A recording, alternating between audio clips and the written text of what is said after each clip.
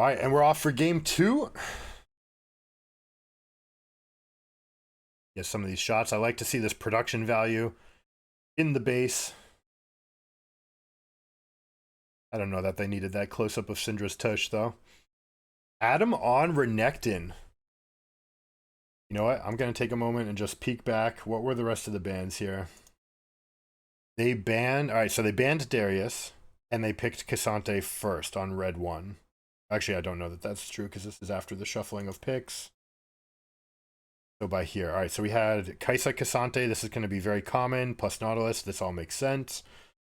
Then we have a carry here, forcing them into Mage for the end of the game, and that's fine. Talia's very good into this. Also very good into this composition in general. And what was their final pick? Azir. Yeah, you're happy picking Talia into Azir, though. So compositionally, you get Ezreal Braum. This is fantastic. You have Talia into Azir. No, it's not going to be Azir. Oh, of course, it's Syndra. We talked about it in the load screen. And you have Renekton into Cassante. So they get everything that they want out of this draft for sure. It'll be a matter of executing from here on, though.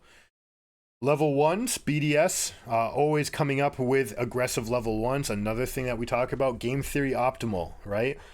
You make about 60% of your plays. You're going to break down your types of plays into brackets, like the most common simple split that, for example, you'll see with NFL running backs is a 60-30-10.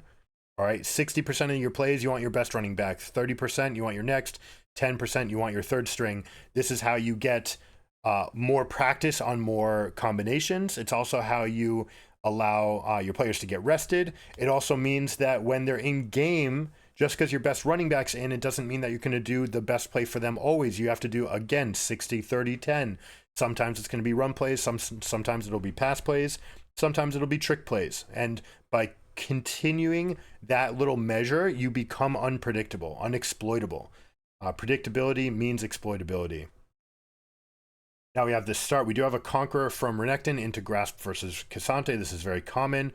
Renekton is fine into this matchup to just trade HP. There were previous iterations where you just had to seed level 1.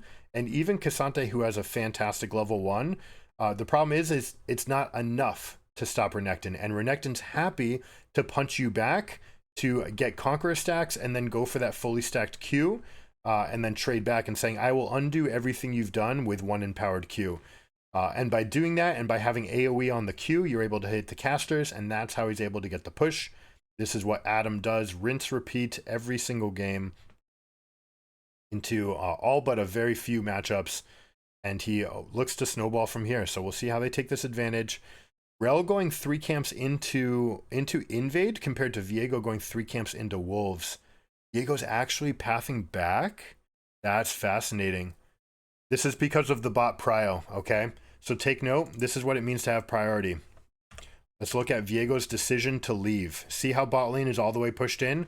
Kaisa and Nautilus are glued to this bot lane here, and we have the Rel invading with the support of Braum. So even though you are Viego into Rel and you're happy to duel a Rel, you're not happy to duel versus a Braum. And Braum Ezreal can be here versus Kaisa Nautilus would have to give up resources. Now, one thing that we talk about, you can actually give up the disadvantage here in order to go match this fight. And as long as you're equal in levels, which we are right now, level 2 across the board, they're not gaining a level by holding onto these minions. So they could go and actually fight this Rel and say, we're going to give up some of the resources bought in order to kill Rel and put those resources into Viego. So it's an investment, right? Which one are you willing to give? In this case, the most standard approach is tuck into your wave, hold on to your wave, let them have the advantage that they've invested in, and Viego goes elsewhere and tries to get advantages somewhere else, okay? This is the method that they're going for. Viego's going to go to the Western Quadrant and try to get as much as possible. Now, he's also doing this from Fog of War.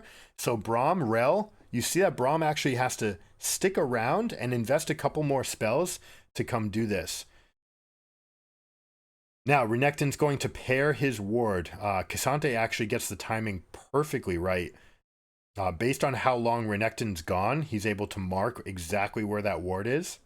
even though they didn't have vision. You ping it a couple times because you're not going to get that lingering vision that you get in your solo queue games.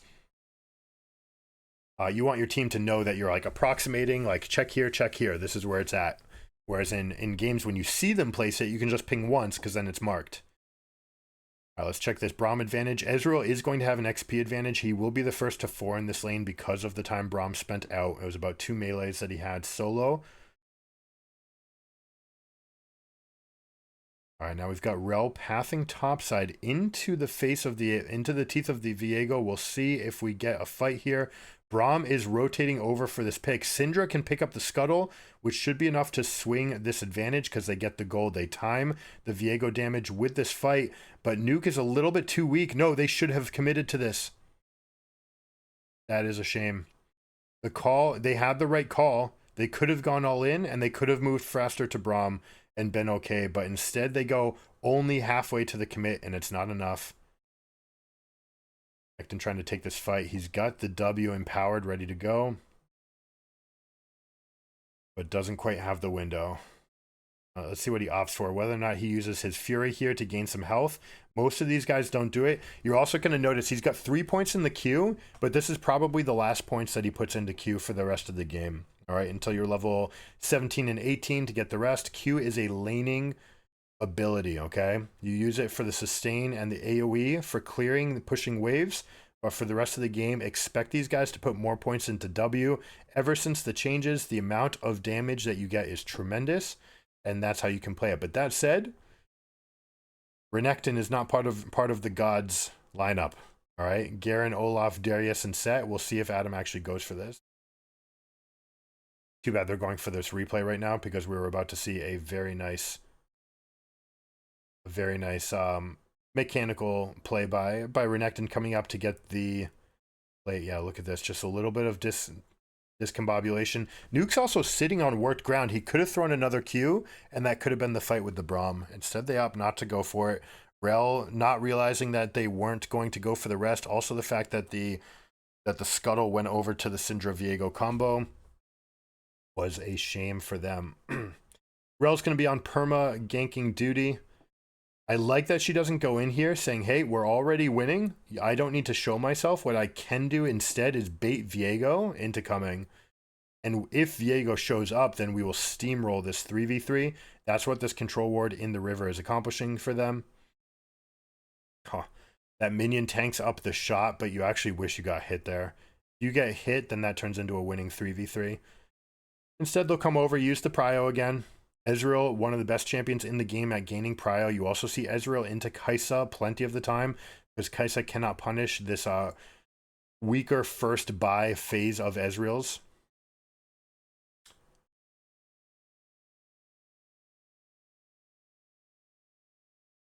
And Ezreal's just always going to have the pushing prio, which allows them to get into the river. Unfortunately, giving up that death, Braum dying, don't know if that was necessarily needed. Let's back it up. Let's see. Rotation over here. So you see they stick to the turret. They're here. Braum's stepping up a little bit more. All right, so this is too deep. Right here, you're in the spot where you're looking to consolidate this kill. And Rel's level 4 compared to Viego's level 5. All right. Also, if you press tab, you can see that Viego is 700 gold. Sorry. 800 gold ahead in inventory. So Viego absolutely wins these fights. He wants to take it. Braum does not want to give this opportunity. Yes, you're stepping out, but now you're also at a position that Taliyah can't really help. Now Taliyah should be coming over, hugging this wall, allowing Braum to jump over here. But we see the execution, a couple chain CCs, plus the fact that that Q hits. Yeah, like it's just a little bit too much of tanking, a little bit too much how do I want to put it? Just miscommunication, different channels. People are planning different things in their mind is what it looks like. So we'll see if BDS can clean that up. But that is, you know, they should have a big advantage based on the top lane for themselves, based on Rel getting the invade on the Eastern Quadrant, but they haven't been able to manifest that at all. Team Whales actually having a 1k gold lead for themselves. And importantly, it's almost all on Viego. Now, Talia having some issues right here with the clear, is opting for the early Null Magic Mantle. This is something that you see a lot of players do into Syndra, because Syndra has no ability to kill you if you have early Merc Treads. All right, so getting early Merc Treads allows you to move in, go in for more trade patterns, but most importantly into the Syndra matchup, it means that you can dodge all the Qs. It also means that your E, you can walk away from the stun faster and not have to deal with the follow-up that comes, right? So when she throws QE and gets a long-range stun, normally you're worried about the continuation. Oh, Crowny not realizing that he was strong there. But they're doing it to make sure that there's no continuation damage. That said, because you go Boots and Null Magic first, Talia is dealing with mana problems. Takes you a little bit longer to clear the wave. Normally, I'd like to see a mana item to go along with this. And if you're going to go Merc Treads, I normally want to see a tier so that you can still get it very quickly, but you still don't have to give up on the clear. Sometimes you're going to see Lost Chapter into Merc Treads, but in this game, she's opting for the early rush, perhaps because Nautilus and Viego are two champions that can show up in their lane. So she wants to make sure that she has access. So there we go. Merc Treads is done, and you see the tier picked up. This is so that you have the earliest access for the most mana effective item in the game. Uh-oh, all out. We saw this the other day. Casante's being able to play at post level 6 against Renektons, using the stat advantage, saying like, hey, you know, it's hell for 5 levels, but then we're fine. But Renekton actually takes it to him up in the top lane. Post ultimate is able to get it. 4-man Ezreal ultimate means that they're going to be able to take the rest of this fight. Viego's actually going in. This guy's way overdue. Renekton's coming in for the collapse, but they did get the kill first, which means they're going to be able to move away from Renekton. BDS, again, you have this moment where your strength is in one direction, but they're moving towards their weakness, allowing Wales to consolidate the kill and get out. That's got to be frustrating for Adam, because he's saying like, I'm in. We're super strong here. Now, it's worth noting, Renekton actually did go for the 5 points into Q. It does give him the most lane dominance in this situation. We'll see if there's an avenue he could have taken. If, for example, he could have ridden behind the pit here. So there you see him on the mini map. If he comes in this way, that is the best angle at making sure you get here the fastest. Coming through river is a little bit longer. Also, it means, and this is a mistake, I'm going to talk about this in a very precise way. It gives them options. Not only does this mean, like, by putting yourself on exact opposite sides, it means that they get to choose which side of the seesaw to go onto. And this is what Wales does. They go forward, they lean heavily in one direction, away from the Renekton. When you're flanking, usually it wants to be at more of an obtuse angle like this or like this, all right? This is usually your best chance, because if they run away, you can still match and you can still flank, all right? If they run towards you, you can change your angle and you can continue to sandwich. So hammer on the anvil. If you think hammer to anvil, it looks like this. From an angle, not straight above like that. It's from an angle. That's what you want to create with these plays. By not pathing this way, it means that enemy team has a choice of either steamrolling forward and just driving through your weaker members, or if these guys retreat, the 4-stack comes onto the Renekton and tries to get a lot, especially with his ultimate being down. There might be a window with chain CC to kill the Gator. But here we go. Viego resets. They do get one trade back for themselves. Kaisa getting the good ultimate. Crowny could be dealing way more damage. There's no reason not to do more there. The main CC abilities were down, and Crowny could have punished those lack of cooldowns. Now, Herald is in pocket. We're going to see where they use it, all right? It's very important to use Herald Gold early. Best case scenario is that you move it to the 80 carries lane, because you want the 80 carry to get the most gold. Ideally, you want the 80 carry to even pick it up so that they get all of the gold. Now, that being said, it's very common to junglers to pick it up, because junglers get to go to different lanes, and that way you maybe get the best use out of it. If you can, for example, get a gank into a Herald drop, then you might be looking at a free entire turret. But by doing this, at least you're sharing some gold. This is fine. It tends to coincide with junglers getting their mythics. Interesting play there by Nuke trying to pair up. Oh, I don't like that. That was missed empowered W. All right, so that's one of the things. They end up getting the kill, but the difference there, if you're empowered Q and you've got 4 or 5 points, but your empowered W is the longer stun, you get the more attacks, it's more damage. Yes, you can come up and you're healing, but you're already at full health. It's not really doing anything for you. Whereas if you have the empowered W, it's going to deal significantly more damage. And it's going to be easier to consolidate that kill. Now, something I'm seeing from Nuke, he's treating it like he's tiny from Dota. All right? He's actually trying to throw into the rocks falling. Ever since the changes, I believe Taliyah wants most of the time to just drop the E first to get the slow and then to come knock you back in. Nice steal there by Sheo. Could have, again, this is another issue though. Like, let's look at this. You do not need to flash out. This is the team thinking that they're weaker, but comparing this, right? Taliyah or K'Sante could come over. K'Sante does not have an item. Now, that being said, Taliyah does not either. But Taliyah also has the option of canceling his ultimate by throwing the rock at him, not allowing him to go, and then teleporting herself, or going into fog, making sure that they're good. But Renekton is your strongest member, and he's right here. So you can take this fight, continue it off, go all in into the Kai'Sa. Braum will come up. He'll be able to land a perfect ultimate because they're grouping trying to kill you, and then you can go for the rest of the kill. I am seeing some significant lack of synergy between the players right here that is very concerning. One thing I didn't mention before, Rel has this Bomby Cinder, which you're going to see from a lot of tank junglers because it helps them with their clear speed. They don't need to finish it. Sometimes they'll finish Sunfire second or third. Most times, they'll actually just sell it because late in the game, you don't actually need Sunfire. They'll just use this Bomby Cinder, keep it in their inventory for the entire game, and sell it for 6th item.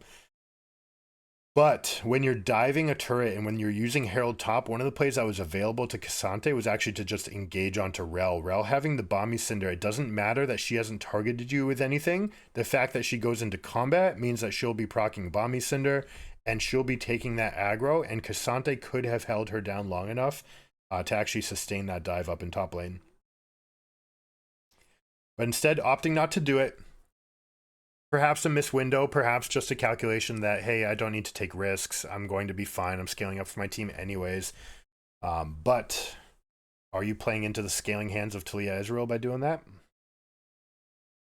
Renekton playing against Kai'Sa. Renekton has to think that he's not strong here. Now check this out. Again,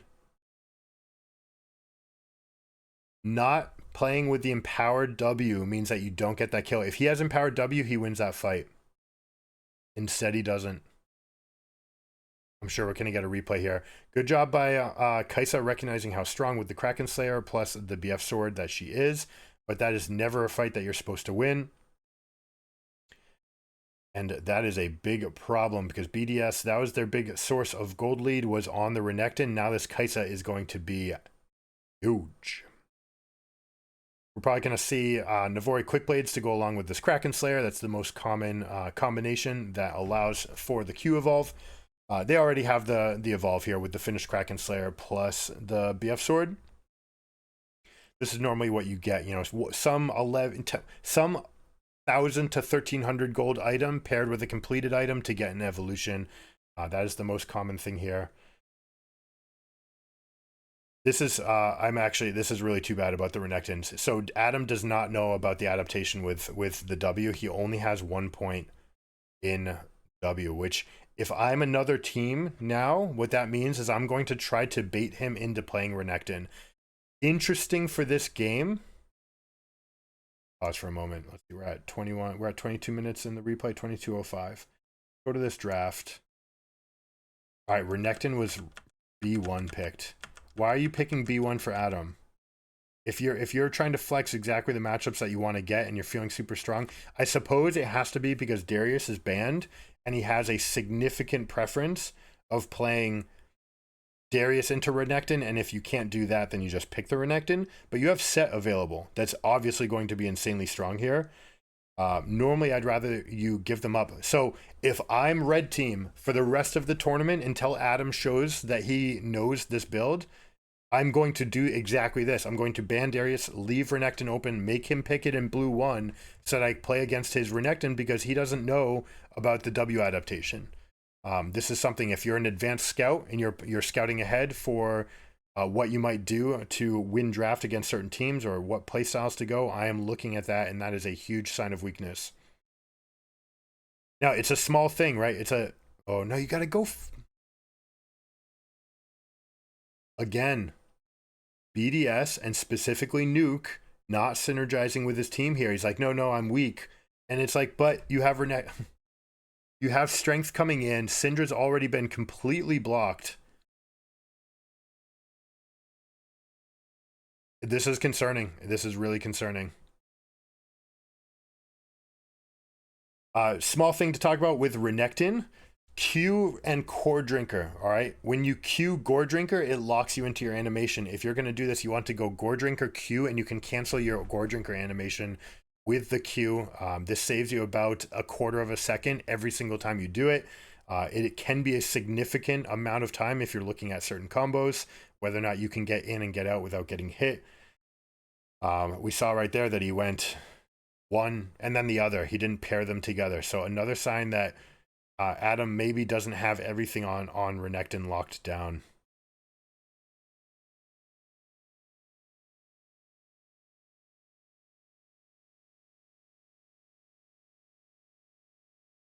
All right, even gold leads 2-0 on the Dragons. We've got 46 coming up on the Dragon D3. We also have Baron.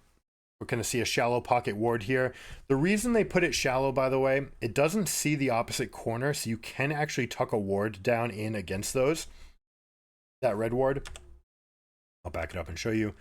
Sorry, not Baron, Herald coming up. This ward, when it's tucked in, you can actually place one on the opposite side. You actually have to go, if you can picture like a pinky width or a champion's width, you want the control ward to be out here if you want to see everything on the far side. Now, sometimes you don't necessarily need that, especially if you have vision somewhere out in the river to control that. But the reason that they're putting it all the way tucked in, yes, they're giving up this little pocket of vision that not everybody knows about, for one. But for two, if the enemy team wants to come clear it, they just have to take a step further into the pit. The way to answer that is to just put it right here. All right. So if you put it way back, yes, they still have to come out. The ranged champion still has to go into the mouth, which allows you to potentially have a window to come answer them and trap them in that area.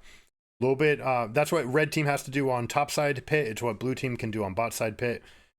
Just getting that ward over the wall, but there is exploitations available based on that placement. Looks like they're going to muscle in 5 people to get Herald. This means that they're going to give up Dragon Prio. Talia is almost definitely going to take this opportunity to shop. Yep, there she goes with Leandries. Using Leandries because you're going to have to chew through this Cassante eventually. That said, a lot of times I prefer Ludens into Cassante because even though you're getting burn damage onto the tank, it's not true damage the way it used to be. It is magic damage, meaning it will get resisted. Not only that, but when he's all out, you absolutely want to burst him. You don't want to just chip away at him. You actually want to get full burst. So not having Ludens is another sign. Maybe they won't be able to get this done.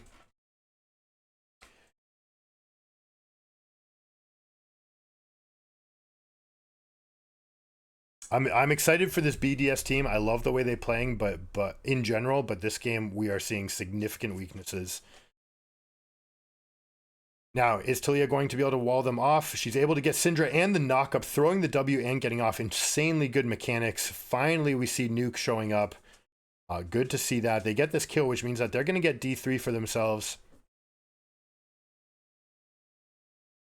Kaisa is not the one that picked up the Herald, so she won't have that much pushing power, but I like what she's doing answering in the top lane. There's no sense in coming down here and trying to contest for any amount of the East River. Instead, going for top side, she's going to go for the push and try to get the maximum out of this. Now, this turret, solo gold for the Kaisa, is a big deal. She is going to be the carry source. She's opting to share it with the team, which means that she has enough for Navori already. This is something that pro teams are doing. If you have enough for your item, you share.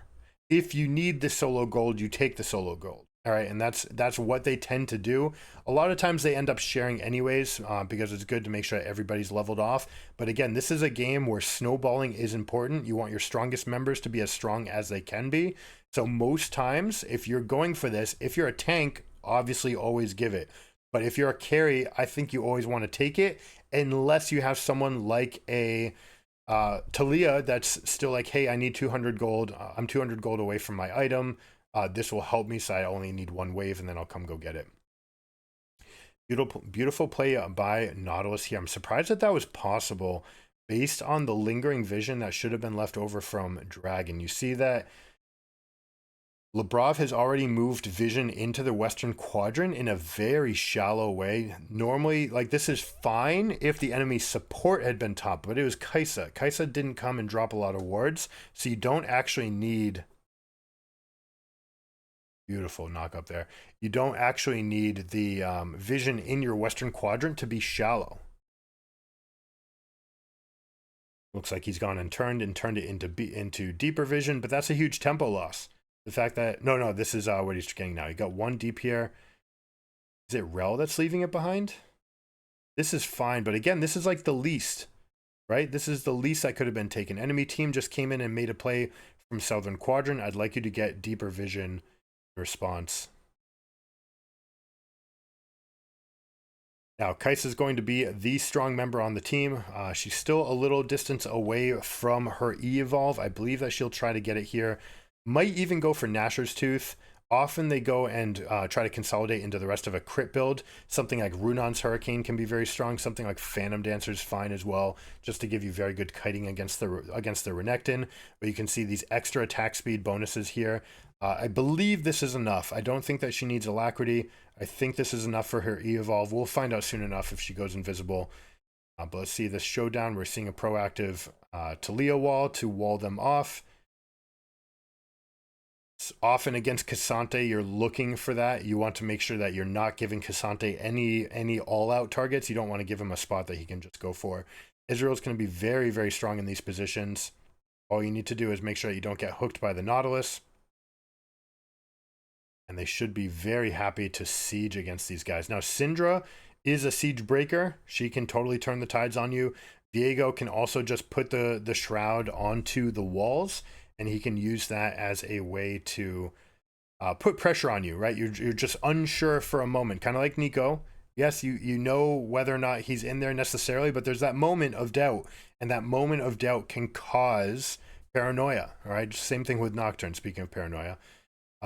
You can cause that moment of doubt, and the moment of doubt can be enough for your team to create weaknesses. And it's sort of like in football, you're showing a blitz, you have a bunch of linebackers line up, and the quarterback changes the protection, and then you actually drop back into coverage. Another example where Q is not good enough. Steric's Gauge being used as well. Steric's Gauge has a short enough cooldown that he'll be able to bring that back for the next fight just on his death timer. But again, we see that he's not able to consolidate the kill during the stun duration. Feel bad harping the same point over and over, but I feel like it's a big point. This is something also worth noting, that against Cassante, Viego with a stun. Cassante, all of his abilities, even though they have knockups, also have mini stuns attached to them. So you can actually escape from the backside with tenacity boots. You're not going to deal with any of the damage. But we do have a full AD Kaisa, so the plated steel caps are fine. That being said, there is still significant chunks. You've got the root from Nautilus, you've got the stun from Syndra, all of the burst from Syndra. I would have preferred to see Merc Treads this game into armor optimization. Instead goes for plated steel caps. This is fine as long as you go Abyssal Mask. All right, Abyssal Mask, 40% of Ezreal's damage is magic, 100% of Talia's is magic, 100% of Rel's is magic, 100% of Braum, even though he doesn't deal damage, is magic. This should have been an Abyssal Mask third if you're going plated steel caps. And actually, now that I think about it, plated steel caps plus Abyssal Mask would have been so good this game, so that you get your itemization against the Syndra as well, and then you can go off into the rest of the build. Instead, he's opting 4 Randuins. This is not a Kraken Slayer Viego. Kraken Slayer Viego is fairly common, but it looks like we have Trinity Force into Black Cleaver. And the main issue, right, the biggest reason why you don't need points number 4 and 5 in Renekton is that since you're going Gore Drinker, that active will make you be able to clear all the minions anyways. You don't need the 5th point. All right, we'll pause to talk about that. You don't need the 4th or 5th point to continue. Renekton's very strong here. We've got the Talia wall, but this is in position for an all-out, so we have to be careful. This is the type of spot that Cassante loves coming into. Peels the team. Let's see if we can get the whole team moving back to fight the Cassante. It looks like Rel is the price that they're going to pay, and we get a multi-man knockup because they got the kill onto Rel. Being showing mastery, jumping into the Rel body and getting a W flash on Rel means that they clean up this fight. Tragedy for BDS.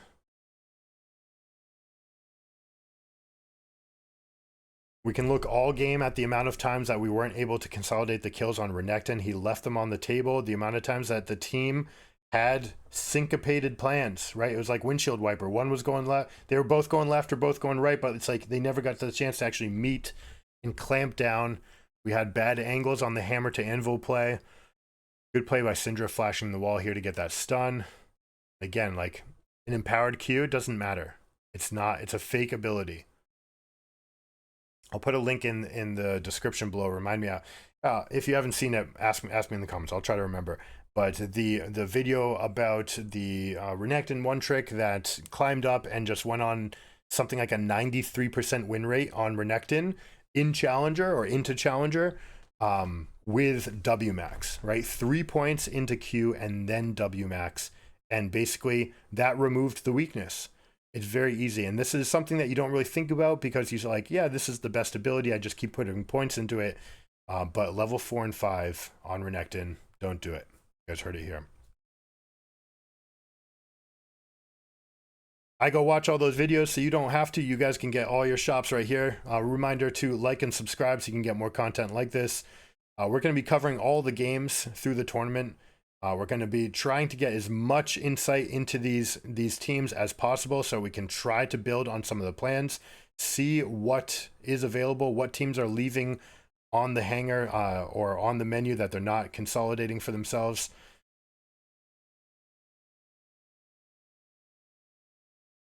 Now we'll take a moment and see what their endgame push strategy is. We've got a 4K gold lead, but they've walked themselves into a Talia flank. Cassante is going to be able to come over, but it's a little bit too late. They don't get the kill onto Artemis. That is the most important kill. Yes, they're able to get Cassante, but Cassante was countered by Renekton. The fact that Artemis was able to escape is huge. They see the vision that they put down. They've got these 4 wards. It is meant to stop Talia, but they didn't get one of the angles that Talia could use coming in. One of the things that's important about these Baron pushes is making sure that you have slow pushes going off into the other lanes. You see this in the top lane. It means that even though you push and even though they fought you back off that push, yes, they got a kill. That's great, but they've lost that much in the top wave. Plus, that dealt damage to the turrets. So you dealt damage to the bottom inner. You dealt damage to the top inner. Yes, you died and you have to reset. That's something that we'd like to improve. But have you gotten enough in this turn? All right, Viego going really deep. This is vision advantage. All right, they're not able to continue this because of the vision advantage left over from the push. I like the re-raise from Team Wales here, saying, you know what? Like, yes, you killed Cassante, but we're coming back onto the map anyways. So let's take a look at the play. I'll just finish that thought.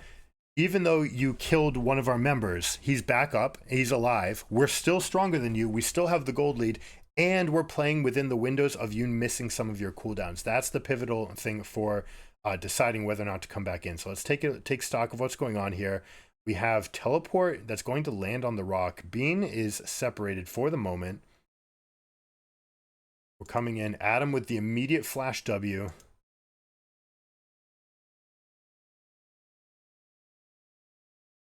Wait, no, what?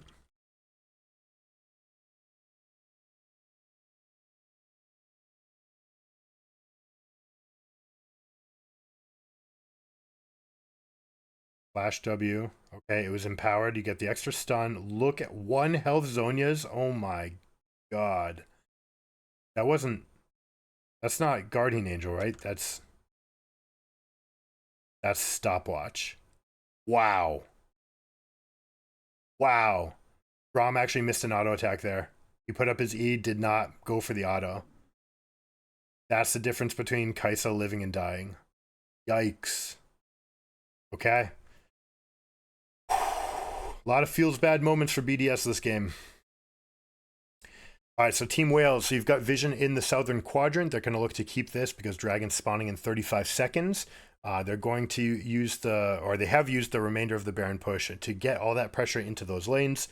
They use the Remnant Vision as a source of controlling it. Now, what's the best answer? We'll have a little pause the video moment right here. You guys can comment if you have a solution.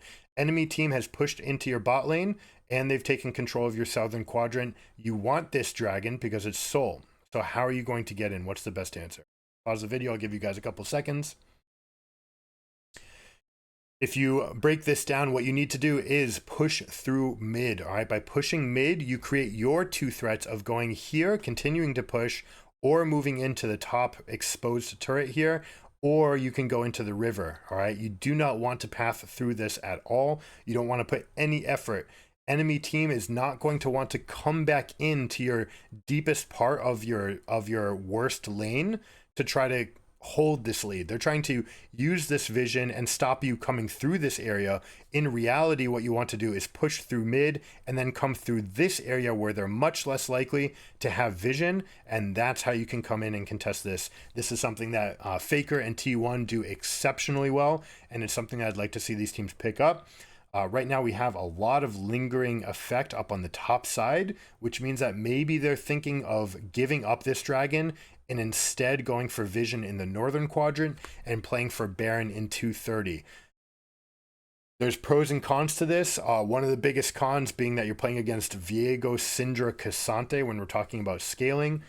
You'd rather have your Renekton playing at his strongest moments here, especially 3 items. He's a full item ahead of Cassante. This is something you want to take advantage of. Also, Kaisa is sitting on half items here, a broken stopwatch, and only the half piece of Lord Doms here.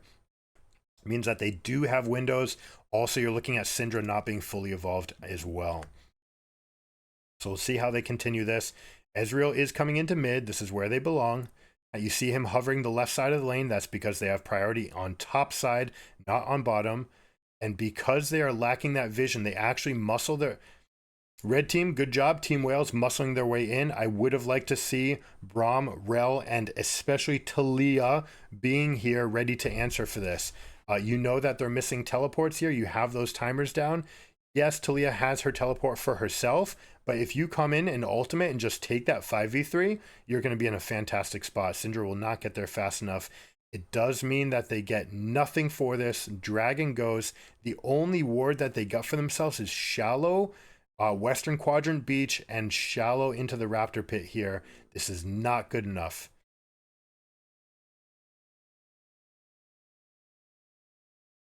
Runon's Hurricane, popular continuation if you're going to go for this AD crit style build. Going for Cassante, but they can't. Yeah, nice job walking away from the walls. Look at that, setting the trap, making sure that they can consolidate this kill. The problem, if there is one, is that Baron is spawning in 80 seconds. Cassante will be up in 50 and will have his completed gargoyle and will have teleport up. So you won't really feel the impact. It is good. I like that they're making a super proactive play to go get a kill, turn it into some kind of advantage. But if you can't actually claim anything, are you gaining an advantage? Because look at what happened to the Western Quadrant here. While they made that 5-man play bottom, yes, congratulations, you've killed Cassante, but you've lost all your prio in the most important quadrant for contesting Baron. Like the proactivity, I like the tempo that they did it with, and the timing is about as good as they could get, but how much are they giving up? And the fact that they didn't have deep vision to see the invade coming. Right, again, they only had the shallowest sources. They gave up mid prio. They are giving up way too many windows on mid lane macro. Ezreal's going to pick up red for themselves. You're going to try to get Rel and Ezreal stacked with this. Less important for Rel to get it because she's obviously already going to have all sorts of CC, but you absolutely want it on the Ezreal. That being true until you have Cyril does, which he does have. It's much less important now compared to just hitting with the Qs. Renekton actually dashing away from Nautilus. I wonder if you could have instead gone for an ultimate. I want to talk about another moment here. And I apologize that I'm ragging on Adam because he's been so good, but the team needs him to be that good all the time. That's how they succeed. Force of nature, not good enough. There's only one source here, maybe a little bit of Nautilus damage, and maybe a trickle of Kaisa damage, but that's not enough to necessarily want just force of nature. Compare that to Abyssal Mask this game that will still defend against Syndra, also amplifies the damage of your ultimate and amplifies all the other damage. Like we said, we've got 100% of Rel's damage, which is moderate. It's not great, but it's moderate. 100% of Talia's damage, 40% of Ezreal's damage, right? That stuff adds up. It's significant. You absolutely want to have Abyssal Mask as your MR item on Renekton. And it's like the ultimate deals a significant chunk of damage. We're talking about hundreds of damage per second for each tick.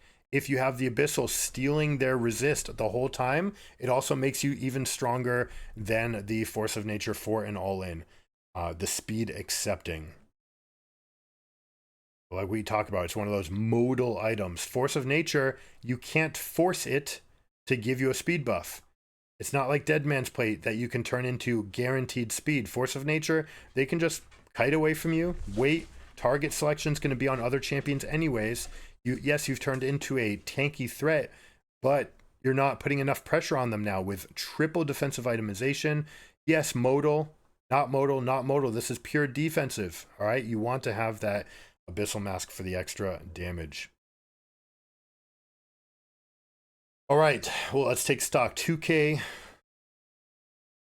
gold lead. 2K gold deficit, we should say, to the scaling team. The scaling advantage is going to be here. Casante's hit 16. Diego is the last 16 that they care about. You see that everyone that matters is also 16 on BDS, but Rel is particularly weak.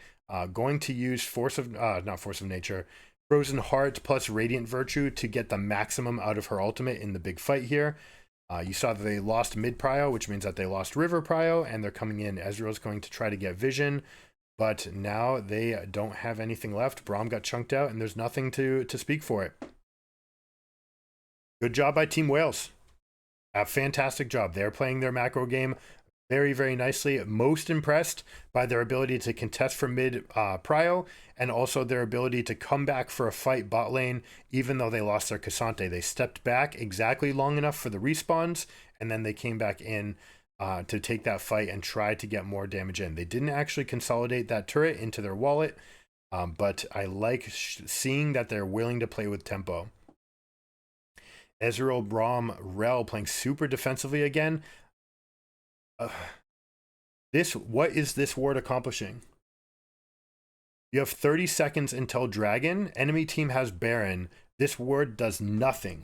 You need to have these wards in lane and in the junctions so that when they're coming through, you can see the maximum. I'd like to see one ward right here so that you can cover as many control wards as possible. You're basically trying to sacrifice one ward spot in order to turn on their control wards so that you can see their control wards. All right. As these fights break out, you absolutely want to be able to drop a control ward into the bush of the fight.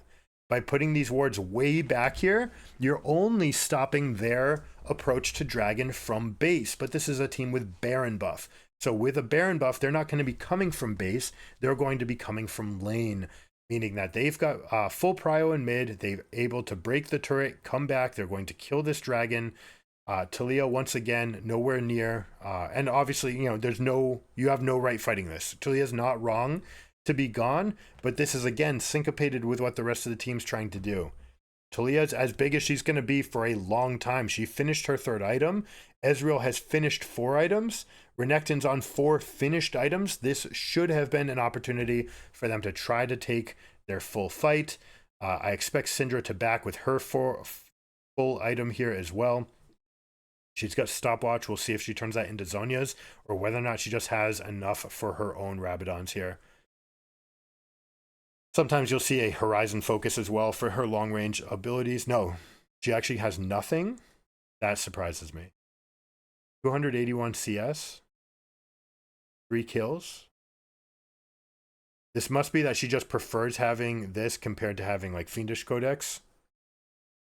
Adam Flash is down. Ult is down. Kaisa taking the maximum. Well played, Artemis, going on the hunt.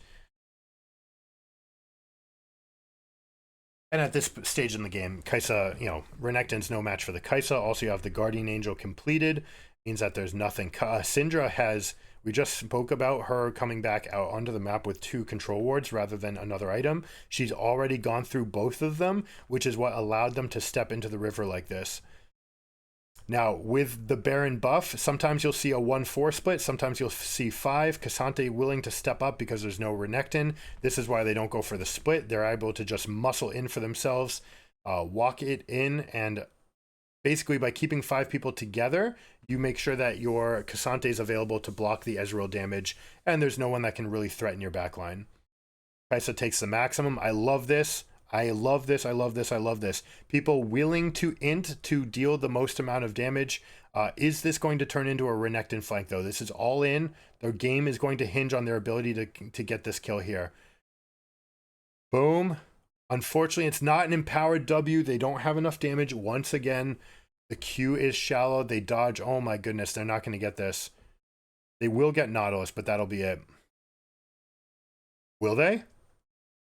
Rel goes for the Q. She locks herself up in the animation and then stops. Oh, everything as bad as it could be for BDS. Can't spell bads without BDS. Ooh. Beautiful engage, all out into Syndra stun means that they're able to chunk. It does mean that Cassante bites it right off the bat. Perhaps didn't need the all out to go along with that. They were going to be in Syndra's range anyways. Syndra's looking for a teleport in at this point. I like that Ezreal's pushing to the limit right here. Maybe could have done a little bit more as they were progressing. It's too bad that they didn't have any lingering vision for Renekton to take a deeper flank there. Empowered stun, but again, not enough damage.